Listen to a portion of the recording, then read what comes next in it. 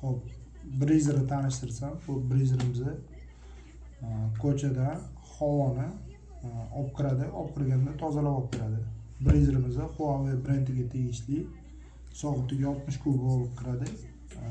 30 kvadratga yetadi.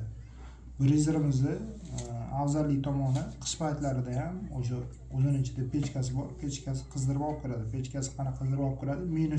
-5 gradus tashqarida 10 gradus bo'lsa, +27 gradusga isitib olib kiradi. Brizerimizni tanishtirsak, brizerimizni oldi ko'rinishi va orqa ko'rinishi.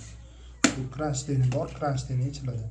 Komplektning ichida kronштейн chiqadi, brizerning o'zi и filtri и turbasi chiqadi. Xo'p, filtrini ko'rsatsam, xo'p, filtri HEPA filtr.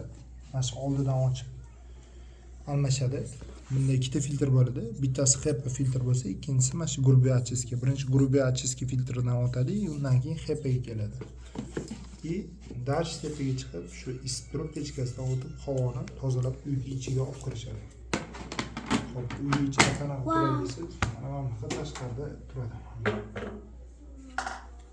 Xo'p, yana tushuntirsam, bu boshqarish sistemasi, knopkasi bor, o'zida и pulti bor. Pultdan boshqarsangiz bo'ladi, lekin programmasi bor, programmasidan boshqarsangiz bo'ladi. Programmasi.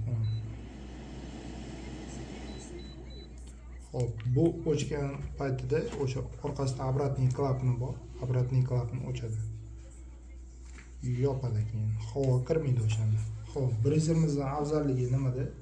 Brizerimizni kechasi yotganlaringizda uy ichiga havo kirib keladi. O'sha kirib kelganda o'sha tozalanib kirib keladi. Qish paytlarida isib kiradi, yoz paytlarida pechkani o'chirib qo'yganingizda ham. Xo'p, brizer ko'pchiligiga qo'yishni maslahat beraman.